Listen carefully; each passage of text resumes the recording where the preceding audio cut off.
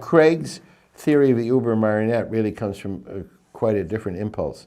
He felt that actors were unreliable, and he wanted life-size puppets, literally, so that the director, him, could make them do exactly what he wanted them to do, because he felt that actors were going off and doing what they wanted to do. And he never said so, but I think he admired the puppet theater, some of the puppet theaters of Asia, certainly some of the Italian puppet theaters, which he did see. But your application is a very interesting one, very creative and different one. I don't think that way exactly, because I think of all of these relations as processual, and I'm very Turnerian in that, and therefore up for grabs. In other words, I never wanted to use puppets in my theatrical work for the very reason that Craig admired them. They don't have life of their own. They can be controlled, the puppet. So I would rather have the actor betray me to some degree, and surprise me, and accidentize me. Like my bad behavior last night during the play, when I was moving through and in the back of it and challenging the woman with a chair. I like to think that in theater things are in play. Now play, at least in English, has two meanings. It has the common meaning of a game and so on, but it also, we say when a rope is loose, there's play in the rope,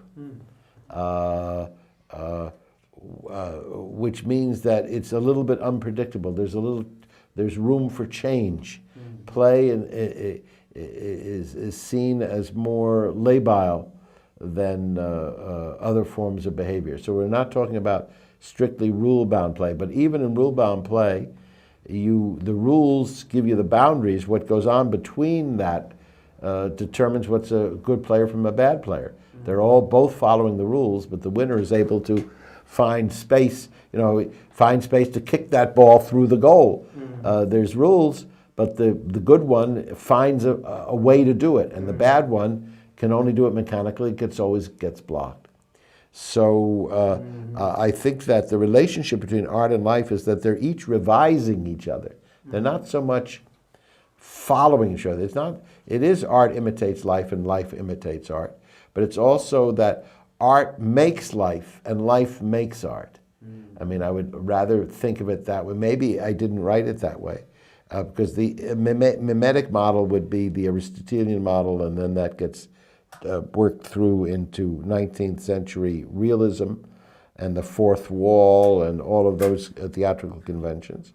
And then much of early film. I mean, there are surrealistic films and so on, but film is a highly realist mode, at least at the level of visual representation, if not at the level of narrative and so on.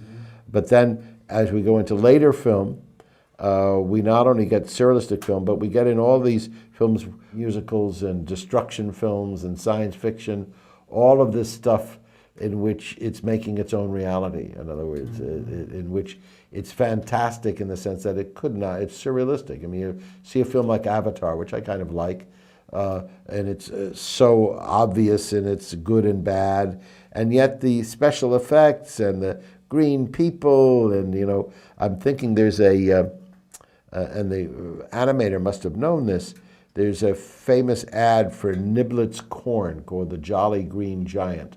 It's a canned corn. You have that? Yes. It's a canned corn where this guy is a kind of cornstalk green guy. And I said, hey, whoever, Cameron must have been remembering that when he made these green people. Obviously green is life and all of, but there is the Jolly Green Giant who is out there in advertising.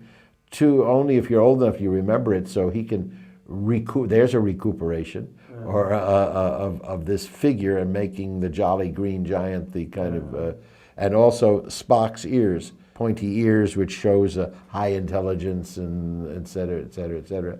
And it's also a way for him to get near nakedness and have it in a G-rated film, so he can get everything in there. But all right, so where was I? I was talking about art imitating. So art affects rather than imitates. I think they both operate on each other. They both process each other. They change each other. We model our behaviors very often on popular culture and arts and so on.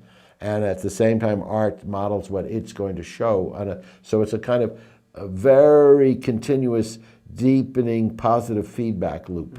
So that's why it's the infinity loop.